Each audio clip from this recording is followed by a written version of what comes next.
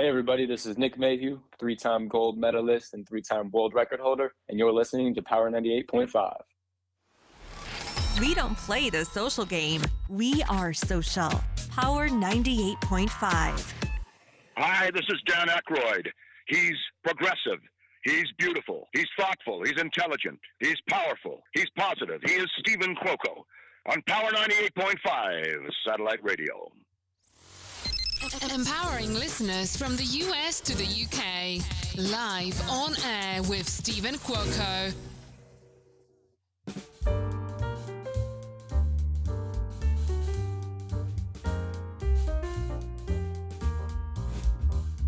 Good morning, good afternoon, and good evening. We are live on air with Steven Cuoco on Power 98.5 satellite radio. It's a beautiful day here in Las Vegas, Nevada. Strip is getting busy.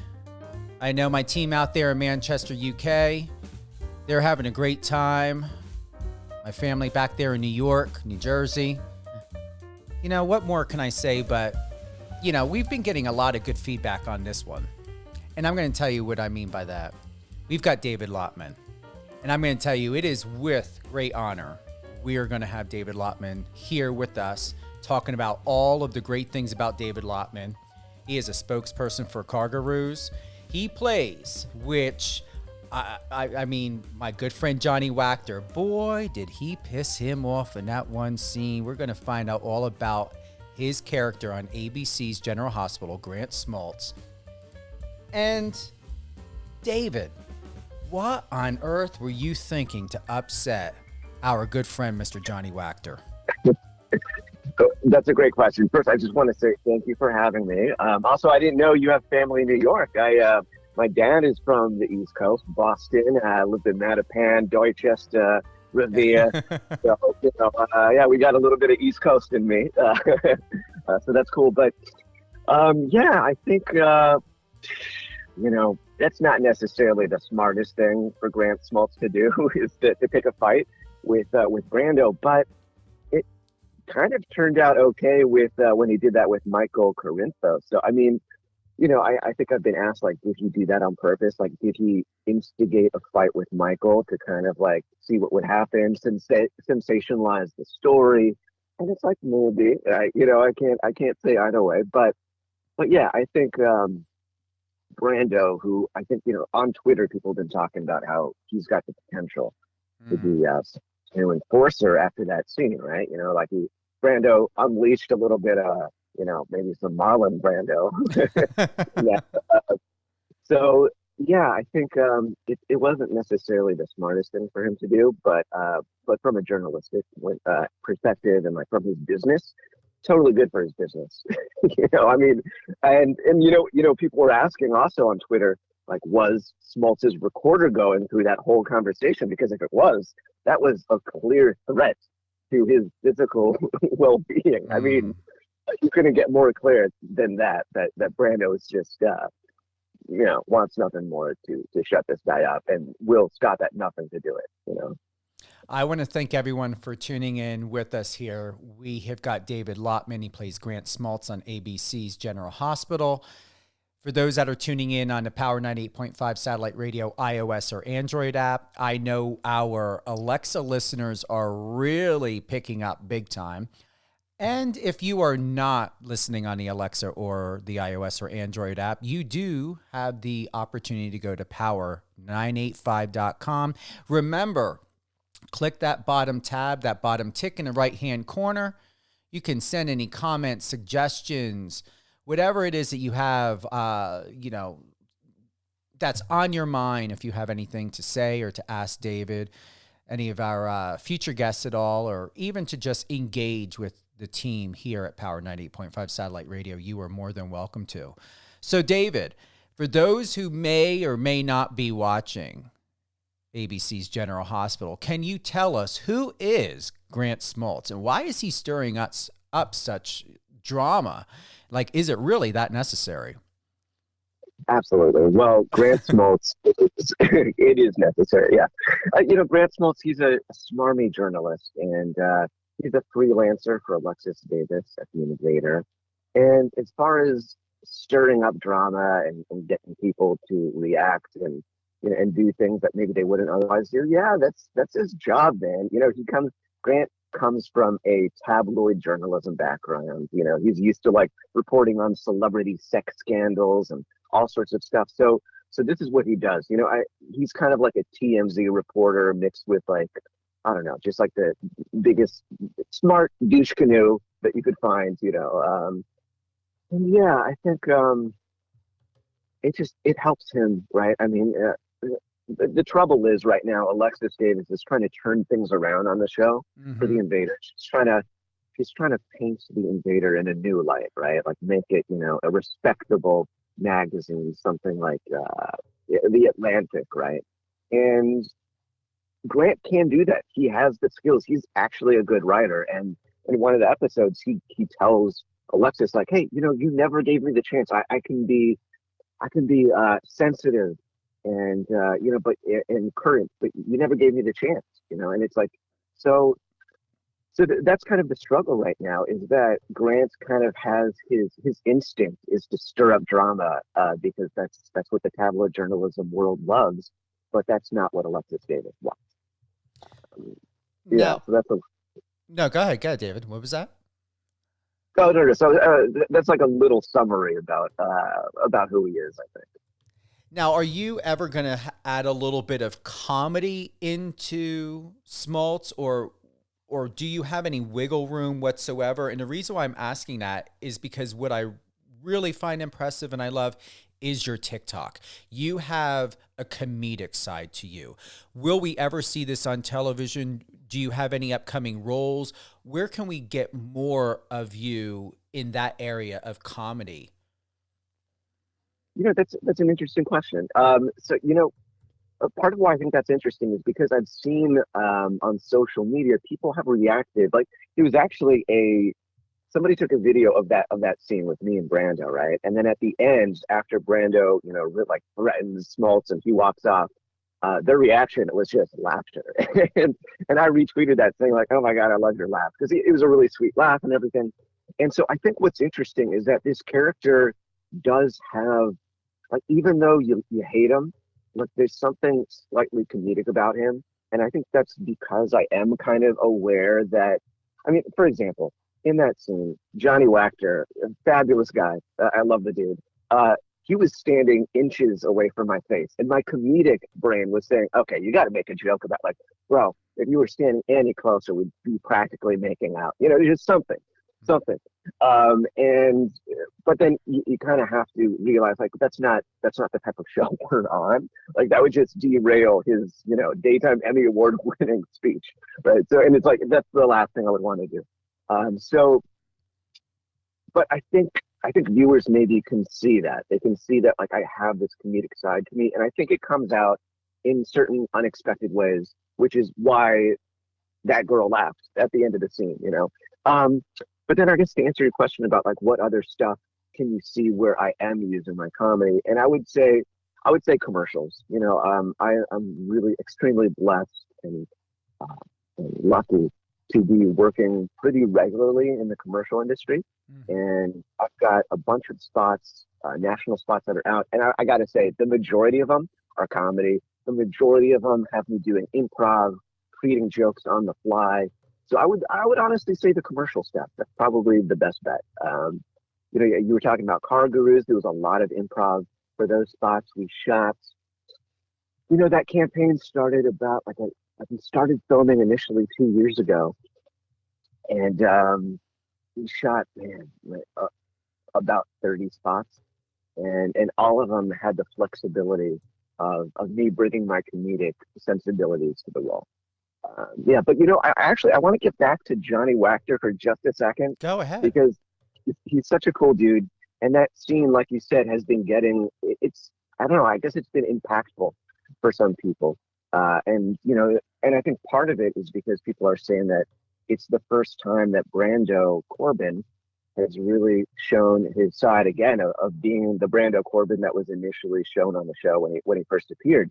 Because ever since then, he's been kind of this lovey-dovey character with his girl Sasha, right?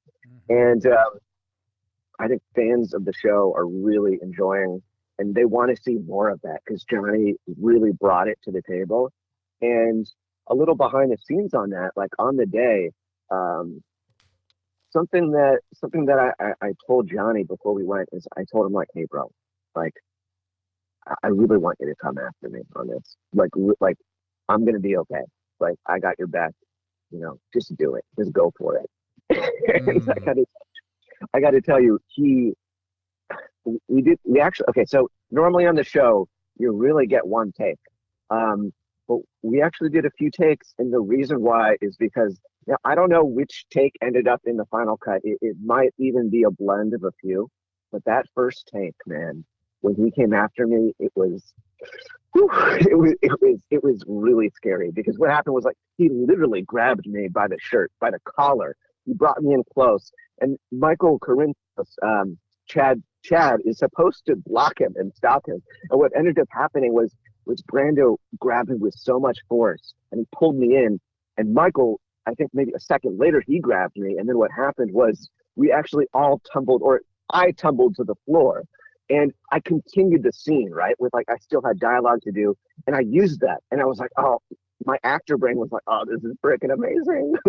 And I just kept on going with the scene, right? And I used that. Like, so now I'm kind of like I fell on the floor and I stand back up and I'm like, almost like, it seems like, oh my God, is he about to cry? Like, what's going on? And then they actually yelled cut. And the reason why was because they were worried that I may have been hurt, which I was not. I was not. In fact, I took judo for a few years back at the Japanese, the San Fernando Valley Japanese Community Center. And by the way, a quick shout out for them. It was one of the most affordable judo classes you could ever take. It was something like maybe like $20 a month or something. Anyways, not to get too much into the weeds. I know how to fall, and I was perfectly fine. But yeah, that moment's like it's kind of no surprise that people are kind of having some kind of visceral reaction to that scene because Johnny really went for it, and I commend him for that. It was awesome, and I got to say also, since we mentioned that I did fall on the floor after that happened, everybody on the set, from like the producers, everybody came by to check in on me, and nobody checked in on me more than Johnny. Johnny was the sweetest dude. Like even afterwards, we were like walking through the halls, like the sound stage is like, on the ground floor, and then below that is where all the dressing rooms are. So in the hallways, we would bump into each other and stuff. And in fact, every time since, like, he's just been so sweet and just checking in on me and just so apologetic about it. I'm like, bro, like, I'm good. Like, in fact, thank you, man. I had so much fun in that scene, and that's because he really went for it. And because that's the thing is, sometimes on shows like this, you don't have the opportunity to really, with one take, it's kind of like, okay, well, as long as there isn't a mistake, they're going to move on. So which means that as an actor, you don't necessarily have the opportunity to really dig into the scene and really find like the meat of it. And it's like, you kind of have to find it on the first time. And I felt like that's what happened right there. It's like from the get-go, Johnny just came in with some ferocity. And it's like, yeah, I mean, I was coming after his girl, so it's like, I think on a certain extent, it's that manly instinct coming in to protect his woman, and yeah, it just felt like I was, being, the jaws of death were holding me, And for the record, Johnny Wachter, who does play Brando on ABC's General Hospital, he is not a bully in real life or at all.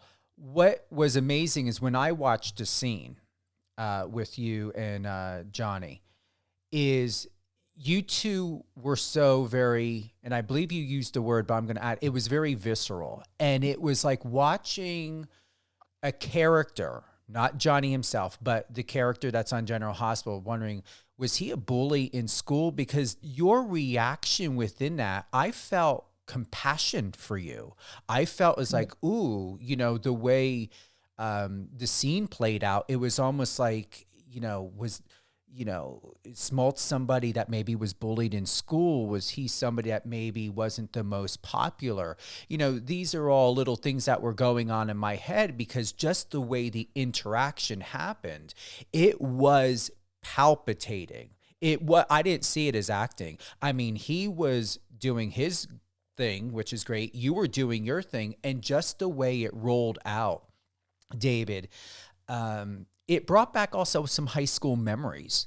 And I really felt not sorry, but just compassionate for you. My heart opened up for you in that scene, because I didn't see you as the character that Smoltz is known to be.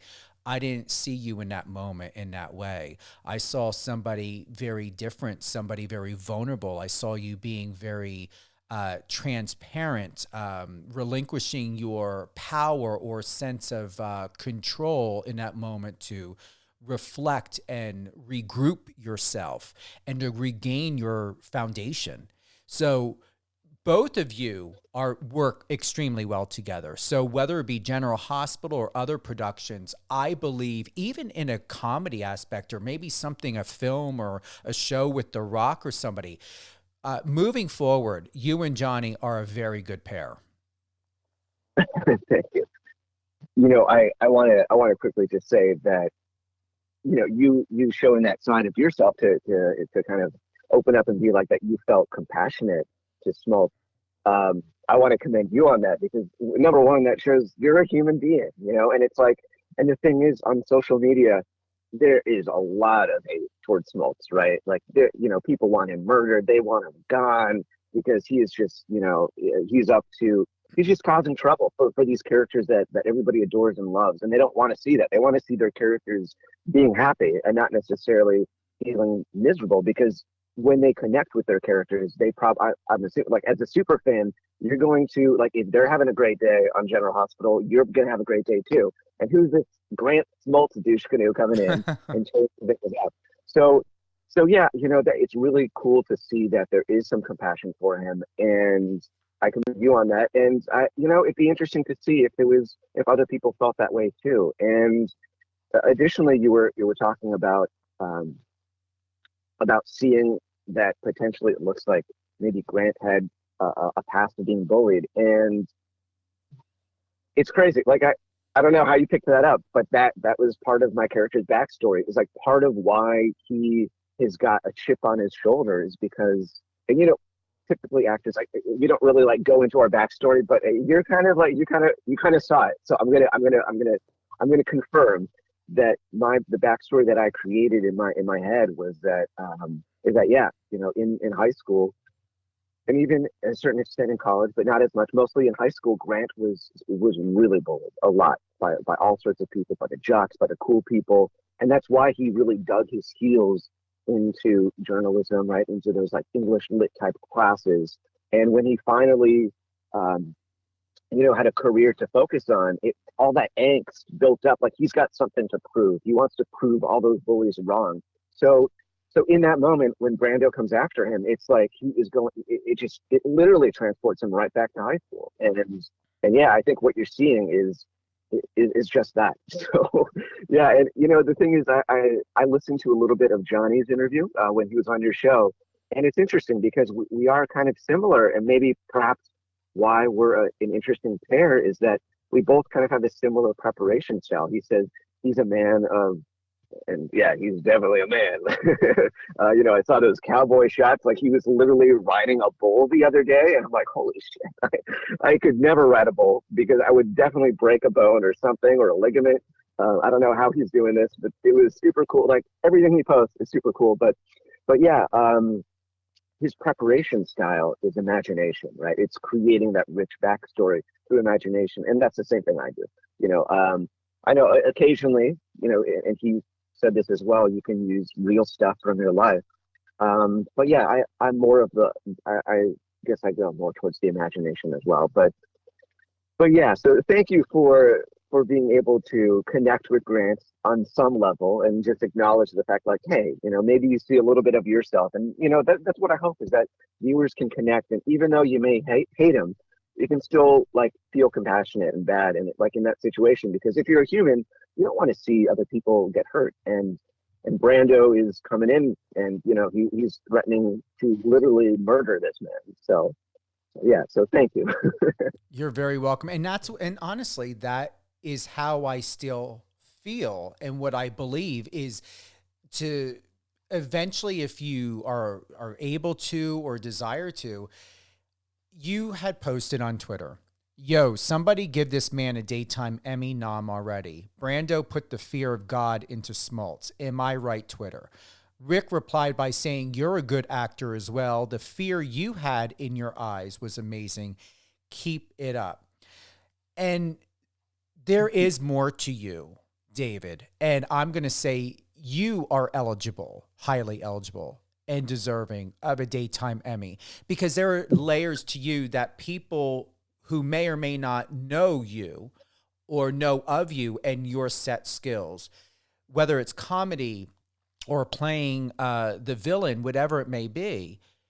Like you said with Grant, you brought something. You knew that I was able to tap into in a deeper way into Grant that maybe most don't, okay? Maybe they just glaze over the surface of the identity and character of who he is. But you are bringing yourself. Actors bring a sense of experience, a sense of self and identity, or if they've never had that experience, you search within yourself as a professional, how would I handle this? What would this mean to me? How would I potentially react in the real world? And like I said, for what it's worth, I saw you. And I saw who you are in Grant. And this role is much more powerful. And I hope ABC gives you permission and allows you to unfold the narrative in the context of Grant Smoltz more than maybe what the writers are doing, because I know you have it in you, and I'm putting it on record and I'm putting it out there. You have the ability to build out this role more than I think the writers can possibly imagine. Oh, wow. Well, that is quite a compliment. I appreciate that. And, going back to that tweet about Johnny, I meant that. I really felt that way. And clearly, people on social media did too. I think at the end of the tweet, I said something about like, am I right, Twitter? And I got to say, like, to date, that tweet has got the most engagement of any tweet I've ever done. Something like hundreds of likes, retweets, or favorites, retweets, quote tweets and stuff. And what's also interesting is that I think somebody was responding to that, and then they gave me a warning. They gave Grant a warning, like, hey man, you got to be careful. You've been coming after like all these different characters that are connected to Sonny Corinthos, and then they tagged Maurice in it. And then Maurice retweeted that, and I'm like, oh no, like I'm really on his radar now. So yeah, Grant is shaking in his boots. David Lautman is shaking in his boots. Yeah, but yeah, I also think what you said about the layers is a really interesting point, because I think also a lesson just for aspiring actors that may be listening. And the reason why is because I say that is because, to be honest, when Grant Smoltz, when that character first came to me through my manager as an audition, that was a one-day. That was supposed to be a one-day story, right? And the thing is, as an actor, you have the opportunity to prepare as much or as little as you want.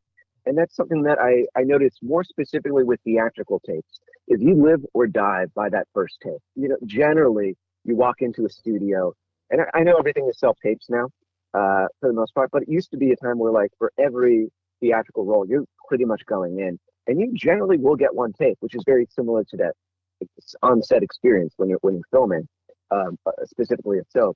But you live or die by that take, and it's like the more you prepare, the more kind of backstory and preparation you put into such a small character. Number one, the bigger shot you have at booking it. But I think more importantly, it's like the impression and the relationships you build with casting, because they see like, oh wow, that was just like a couple line part, and he really did the prep. Because what you got to realize is the casting directors, guys like Mark Teschner, and even Lisa, who works there as well, Lisa Booth. And by the way, they're both amazing people. They see hundreds of tapes, and it's like they can instantly tell when an actor has gone the extra mile to give the character some justice. Because I mean, if you think about it this way, our lives, our visit on Earth is temporary, right? We're just here for 75, 85, 95 years if we're lucky, right? Well, film is forever. What we're creating is going to last for eternity. So at least give the character the justice that they deserve by creating some kind of rich backstory. Yeah, maybe you're just saying one line, but just give it the honor that it deserves. So that's my approach for preparation for every type of role. And I think that's potentially why people might see there are layers to Smoltz. And that's why I appreciate you saying that you could see ABC giving me permission potentially to do more with the character. And I would love it. That would be super fun.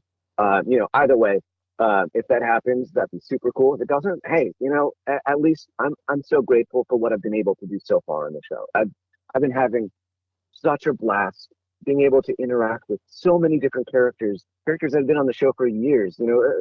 Alexis Davis, Nina, what's her name? Oh my God, I'm blanking.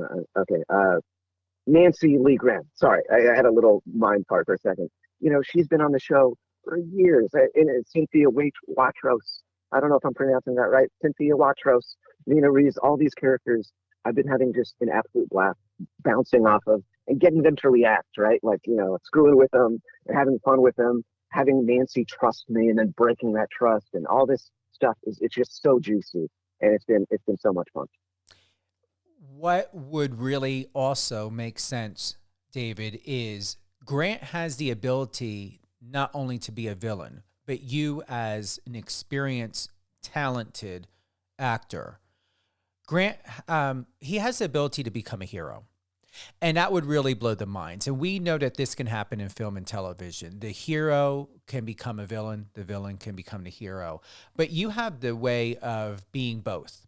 And I believe with that type of continuity and strategic way of just unfolding unexpectedly, because there has not been a climax to Grant, nowhere near him being able to really show his true colors and his true strength and what he can do. Is once again, he's in fight or flight defensive mode. Who knows what he's protecting or who he's protecting from his past that has made him to be who he is.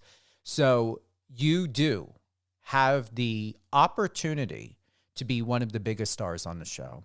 And Grant Smoltz has the opportunity to be one of the best and only villains and hero on the show in his own way, in Smoltz's own way. So we're going to play that clip right now. If it isn't the husband of the face of deception. My sources tell me your wife ran down a pedestrian tonight. Any comment? Who the hell are you? Look, Smoltz, this is not a good time. You know this creep? This creep happens to be doing Mr. Corinthos a favor. Yes, Mr. Smoltz is a reporter, and yes, Will and I are cooperating with him on a feature. But I'm always on the lookout for the next great story. Now, Mr. Gilmore. It's Corbin. Sure. About this pedestrian getting run down. No comment. Suit yourself. It's better if I get a quote directly from Sasha Gilmore herself, or what did my source call her? Oh, yeah. The face of collision? You stay away from my wife. Hey, I have rights under the First Amendment, buddy. Mr. Smoltz, is it? Yeah. I fought for the U.S. military to protect your rights, so I'm well aware of what they are. Now, the First Amendment, that only protects you from government censorship. Michael, you run a media company. Do I have that right? You sure do. That's what I thought. So, Mr. Smoltz. Yeah. Tell me, do I look like the government? Simple question. No. That's right. Which means the First Amendment won't protect you if I catch you so much as breathing the same air as my wife. I will personally make sure that you were incapable of writing any story ever again. I doubt the journalism world will miss you. Not that they'd be able to find you if they did. Understood? Yeah.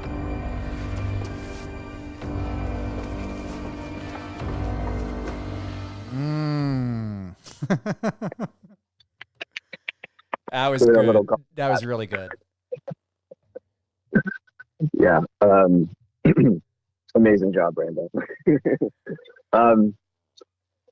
But yeah, I would say, you know, continuing what you were talking about, just the hero, the opportunity that you see of Grant to potentially be a hero and a villain almost simultaneously. I mean, that's kind of like, I would that's a dream for an actor, right? That's like, I mean, when you say it, I think of Breaking Bad, right? You know, how he starts off as this beautiful dude, you know, like, and beautiful, like, from an inside perspective, like he's devoting himself to being like this chemistry teacher, and then he gets cancer, and then becomes he has to find a way to like make ends meet for his family, and then Jesse Pinkman introduces him to the dark side, which slowly deteriorates and creates this villain. You know, like he becomes Bryan Cranston morphs into this supervillain, and that's an actor's dream, a role like that. So yeah, I mean, specifically for me, I would say like generally when it comes to like TV stuff, you have the opportunity to play like these roles where it's like, okay, this like it's not necessarily the biggest arc, and then you have to find an arc within it for yourself to keep it interesting or whatnot. And I think so far for Grant, he's been in fight or flight. You're absolutely right, and those are your words, and it's true. You know, he hasn't necessarily had the opportunity to really show his true colors, and maybe, you know, show some of his past and see if that comes back to haunt him or whatnot. But yeah, I think it would be fascinating. You know, even if it's just on a fan fiction level, like from soap opera fans. I don't know if they have fan fiction sites where they create own alternate realities. Probably not, because there's so much content being produced every single day. You know, but who knows? Yeah, so I think that would be super cool, and yeah, that would be a dream. That'd be a total dream. And I would like to say, love your photo of you wearing the Teenage Mutant Ninja Turtle shirt. You have such a beautiful, incredible spirit and light about you, David. Going to David Lautman, once again, those that are listening, tune in. We're going to be re-airing this episode tomorrow. We're going to do 2 p.m. So go to power985.com. Go look at the schedule. It will let you know whatever time zone you're in, what time it's going to be airing. But we're going to be putting this in. I believe it should be 2 p.m. Eastern, but don't hold me to it. Go to power985.com. Check the schedule for your time zone to see when this live episode will re-air again. All things incredible about David Lautman. Go to David, DavidLautman.com. Photos are incredible. Love, and it really is one of my favorite photos of you wearing a Teenage Mutant Ninja Turtle shirt. Why? Who gave you that shirt? How do you still have that shirt? You know, that's so funny. I used to just be a huge a fan back in the day. You know, I mean, I love all sorts of animated shows, from Rick and Morty to oh man, okay, yeah, like Sims. I used to be into the Simpsons back in the day, Family Guy, just everything. And yeah, so I mean, I grew up with the Ninja Turtles. I think, you know, I was probably in diapers when I was wearing them. I was in diapers when I was watching them, rather. But yeah, are you a Ninja Turtle fan yourself? I actually was a Ninja Turtle for my best friend's son's birthday, and I believe he was maybe 7 at the time or so. Yeah, so I wore the costume. For sure. Yeah, no, that's cool. Yeah, and you know, I think you know, part of that is it's like, you know, it's good to have a range of photos as an actor. It's like, you know, you want to have like the safe shots where it's like, okay, you in a suit, you know, maybe a little bit more casual, and then it's like, feel free to let your freak flag fly, is what I say. It's like, if you are into comic books and superheroes and whatnot, you know, or maybe you're into soap operas, like, yeah, wear a soap opera t-shirt. in your headshot if that's your thing. You know, just let that freak flag fly. That's what I always say. Yeah, so I have no qualms about doing that. I think, and you know, because what I've realized is that over the years, you know, I think when you're first starting off, you're trying to figure out what do they want to see, right? What is casting, production? What do they want? And when you start kind of shifting the narrative to be like, well, what is a fun choice for me? What would get me excited to play this character? And it's like being true to yourself, like, you know, bringing yourself to the character. That's what ends up resonating most with not only with just production, but with audiences, because on a human level, we see so much content. You know, there's TikTok, Instagram, social media, all the streaming sites, broadcast television. We're seeing as humans, we're just consuming so much content that the second something is placed in front of us that we see, oh, this is authentic. Like they're being themselves. They're bringing this interesting dynamic, some sides of their character, personality, or you know, personal life to this audition. That's when, or to this material that we're digesting. That's when we connect with it and be like, oh, I know what that is. I can relate, right? But it's like when you're not being truthful about that and just trying to give them what you think they want, that's when things don't work out. So it's like, so yeah, that's why I got that Ninja Turtles shirt, because yeah, I'm a nerd. I'm okay embracing that, you know, warts and all, this is me. It's been said, David, that you will be writing, producing, and directing in the near future. I will say to you that I would love for you, if no one else has the common sense to do it, and I am just very honest like that, if no one else has the common sense to write, produce, or direct a film, I can see you working with The Rock. I can see you doing another series being added to The Hangover. I can see you in a Sherlock Holmes movie, okay, with you know, Downey Jr. You know, you can play any role. You fit perfectly to love, to adore, to I wouldn't say hate, I would say maybe be annoyed or angry with, you know, with, such as the character with Grant Smoltz. But once again, to break down the layers, you have a tremendously incredible future without limitations to work with all of the top best in Hollywood, but not because you're not the best. You're just as much as an equal, if not better, than most that have been doing it for years. Because we don't see, I'm going to tell you, I'm going to speak my own truth. I don't see many professionals like you that cross-pollinate in film and TV the way that you can. And I'm telling you, David, you've got it. You've got star power. You've got the blessings. You are very gifted. And I hope people in the industry continue to take you very seriously, and you continue to attract the right people who are going to give you permission and allow you to spread your wings beyond visibility. Thank you. I really appreciate that. And you know, it's funny that you say the taking me seriously thing, because it's like it's yeah, you know, that's wonderful and everything, and I can appreciate that. But what's also interesting is that I'm the type of guy that doesn't take myself seriously, you know. But I think what that means is that somebody like Grant Smoltz, he's a smarmy douche canoe, right? And I think in real life, I'm literally the opposite of it. Like, I don't mind falling on my face and, you know, or taking a joke at my own expense, you know. So it's like, but I think that's also what makes me potentially, you know, an actor that has that potential, right? Like what you were talking about, and even like from a film, TV producing standpoint, to do stuff in this industry. I think it's because having that humiliation or humility, all right? Mm-hmm. And I know, you know, I think that's, so back in the day, I used to, maybe like 10, 15 years ago, my brother and I, we actually got started in the commercial space. We were producing, directing commercials. And I got to say, I got an excellent training ground, because the thing is, when you're on set nowadays, and, you know, I have the opportunity to work a lot in the commercial space. And whenever I see other actors that maybe they have like a background in producing, directing, writing, it always seems like they're just a little bit more well-rounded, a little bit easier to work with. And that's what I realized also in my producing phase, like when I was producing and writing stuff, like those actors, what happens is they turn from just like an actor, which is a job, to then being a collaborator, right?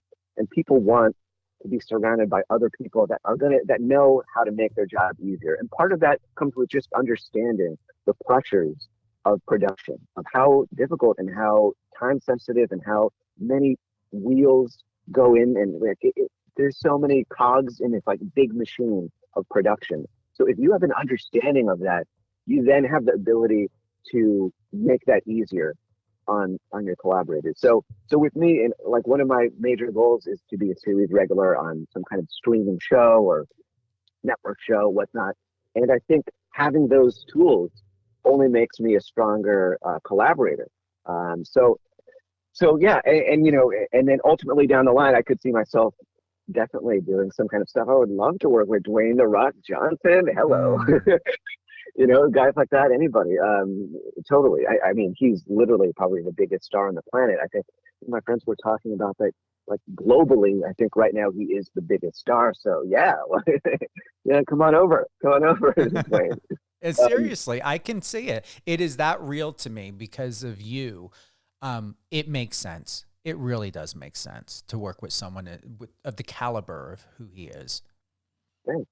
Yeah, and part of it, you talk about the cross-pollination of like, being able to work in different elements of the industry, and specifically, when it comes to acting and like different types of roles. And I think that's what gets me the most excited, is to stretch myself as an actor.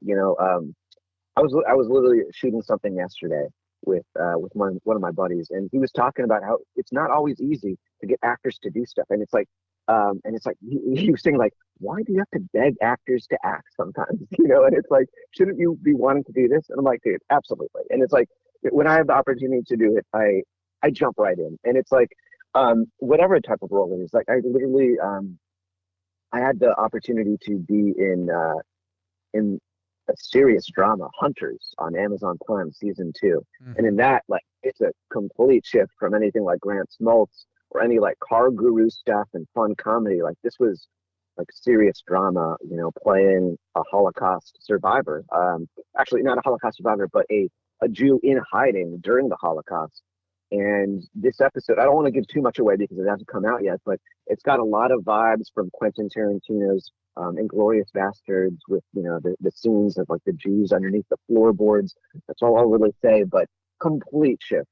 And I was nothing but excited to do that, and for multiple reasons. Like also on a personal level, my dad was born in a displaced persons camp at the end of the Holocaust in Germany, and I've always felt growing up, because he kind of educated us with like all these documentaries, movies, and whatnot, and personal stories about how his family survived and how some of them didn't. He had a lot of family that were murdered by the Nazis, and growing up as a kid, it's tough as a kid growing up hearing all these stories about your people being murdered, right? And part of what I always felt growing up is like, I wish there was something I could do, and it's like, I feel stuck in I feel stuck today being like, well, it's almost ancient history. It's like 80 years ago almost, right? I think, don't quote me, I think 80. I'm not good at math, but yes. And, you just feel like it's so far away from you. And like, what if, you can only think, what if there was like a time machine that I could jump into? Like, what would I do? How would I save the Jews, right? And obviously that's not possible. But what was possible was me to step into this role where I had the responsibility of helping other Jews escape. And nothing was more gratifying than that. It was really badass. And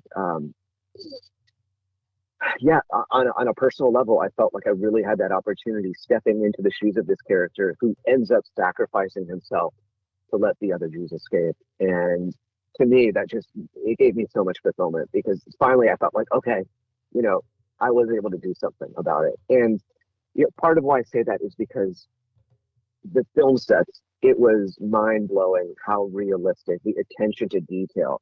On a show like that, they have the budget to make these sets look ultra realistic. And I got to tell you, man, the second I landed on that set, it was eerie.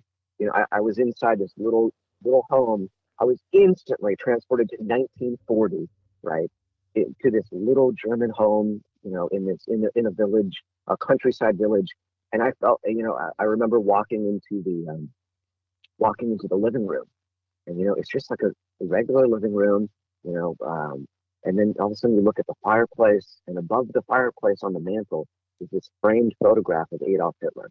And for the first time, I like chills went down my spine, because number one, I don't think I've ever seen him in person like that, like a photograph like that. And number two, it was just so eerie because it felt like at any second, SS officers could be bursting through those doors or whatnot, right? And it's just a testament to the production value of a set like that. I remember the very first day I was driving onto the lot just for my COVID testing, and as I'm like getting waiting for the security booth to buzz me in, they have to check your ID, all that, make sure you're not like paparazzi, you're not like Grant Smoltz trying to sneak onto the lot or something. I get a story.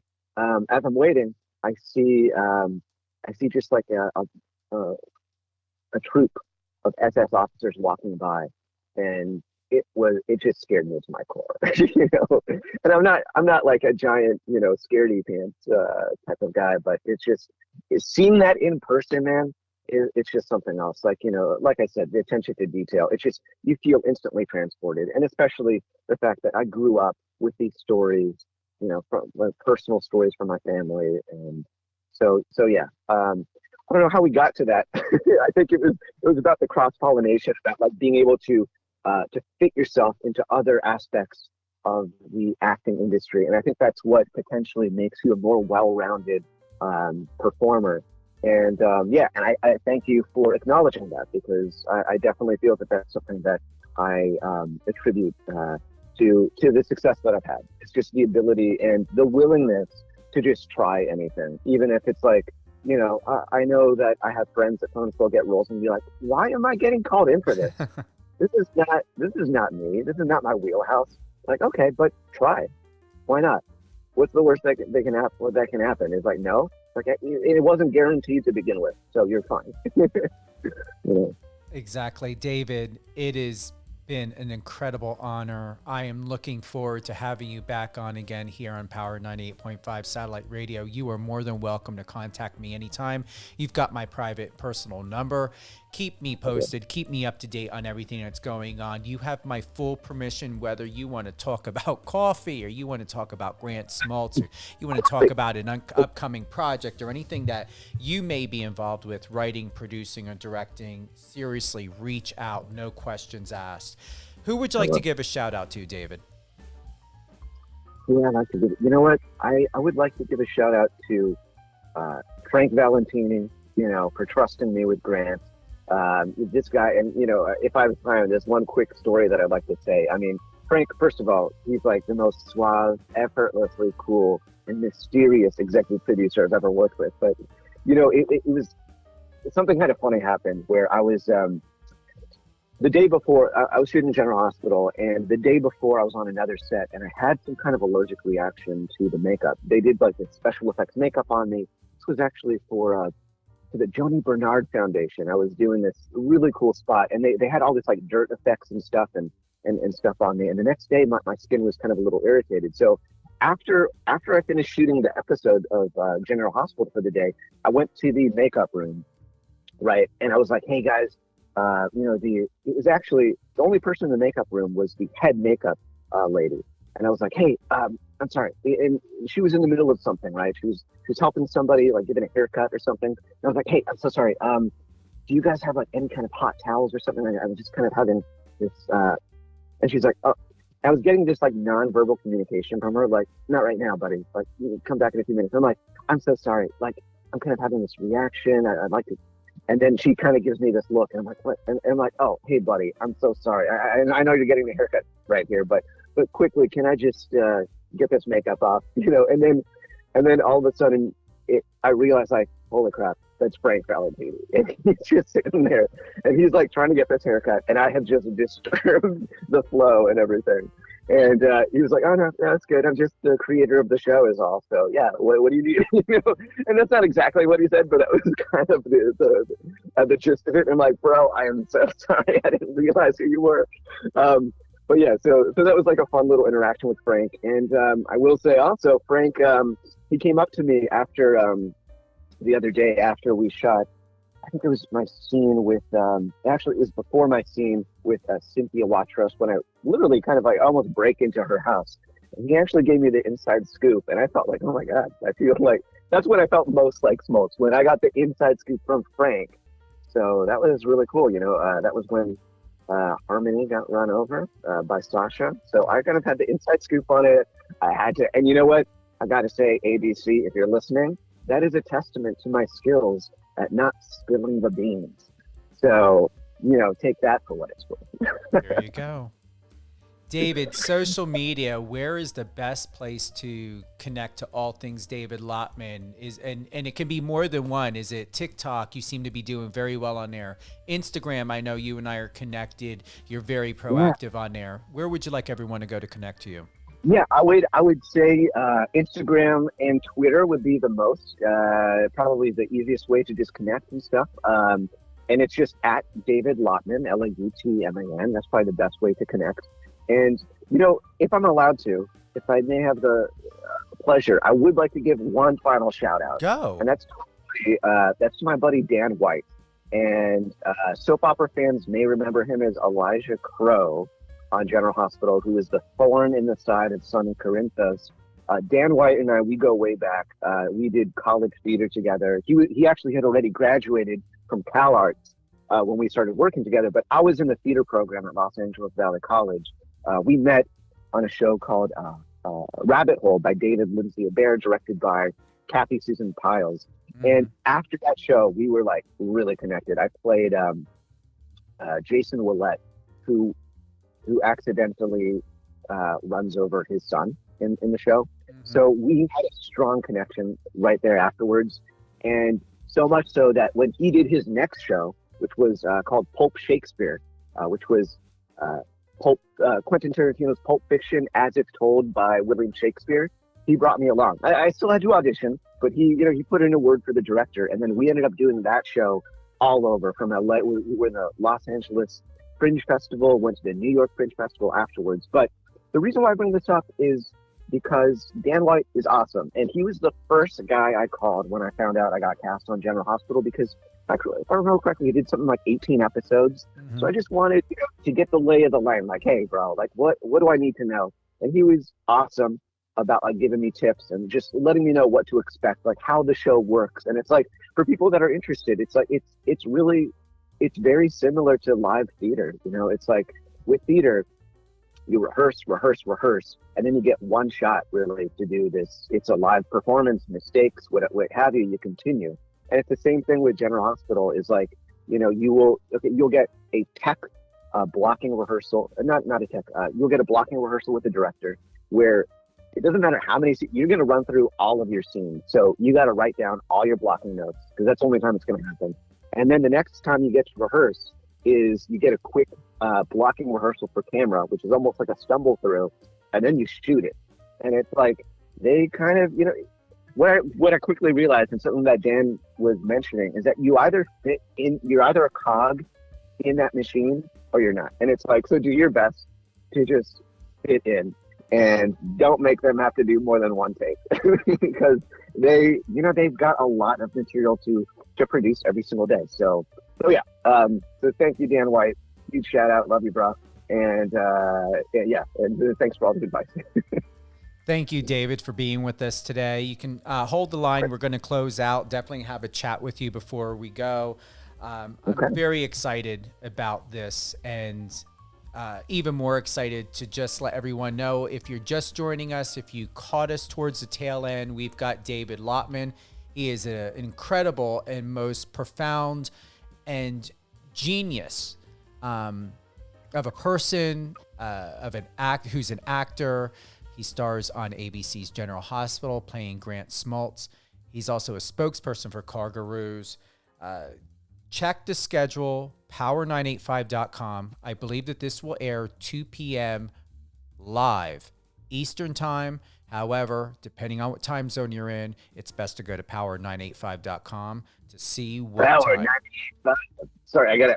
Every time you say Power 985, I want to interrupt, but I'm trying to be polite. Do it. I just love. I feel like I have to say that every time. Anyways, I'm sorry for interrupting. No, I don't mind.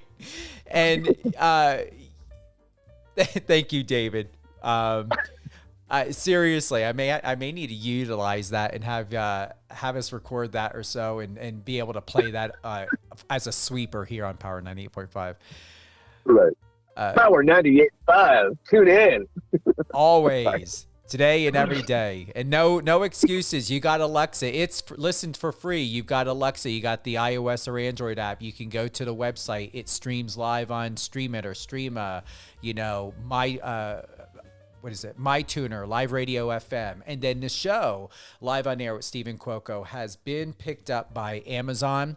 They reached out to me specifically, said, we've got to have your show on. I am keeping that email for proof. So it is available on Amazon Music, Amazon Audible. It is also Live on Air with Steven Cuoco is also available on Spotify, iHeartRadio. It is everywhere. There is no reason why you cannot connect, become part of the family. Let me know if you want to be a guest. Contact my team. You can go to or type in contact@power985.com. Shoot my team some information. If you got an upcoming MP3, music, video, whatever is happening, we would love to find out more about all the great talent that's out there in the world. David, how's the weather where you are? You ready to pump the day out? Oh yeah, I'm ready to. Yeah, I wish I could just lay out by a pool, but I've actually got a bunch of auditions to pump out, even in person then. But yeah, man, I just wanted to say thank you so much for having me. This has been a blast.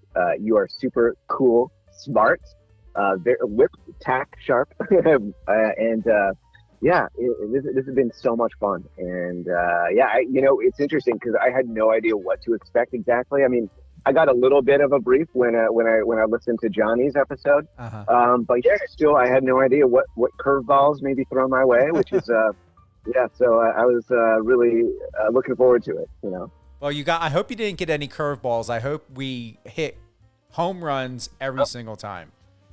Yeah, totally. And I don't know if we have time for one last thing, but that's actually.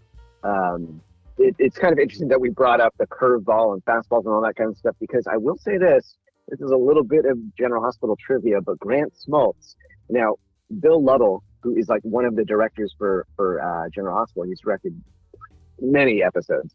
He actually told me that initially, people were asking, where does that name come from? Smoltz. Why? And people it's a fun name to mispronounce, get Schmaltz and all these different things, right? But the truth is, from what I understand, it was actually, the name is supposed to be comedic. It's like a joke, because Grant Smoltz is supposed to be an amazing pitcher, right? He comes in, he's able to pitch great stories. And that's why the name came from John Smoltz, who is a famous baseball player, pitcher. So that's what I heard. I don't know if it's true, because he didn't confirm it, but that's what Bill told me. So thank you for that. Seriously. No, I'm glad to have that piece here on the show. So it's even more of an incentive for people to go and talk about, hey, David Lautman, he dropped a golden gem about, Grant Smoltz from ABC's General Hospital. You got to get to listen to that interview. Yeah. Yep. I've got gems to drop. I've got more, but we'll wait for next time. Thank you, David. Thank you to everyone for tuning in today. Live on Air with Steven Cuoco on Power 98.5 Satellite Radio. Connect all things power985.com. We'll see you soon. Empowering listeners from the US to the UK. Live on air with Steven Cuoco. Friend us on your socials and let's connect.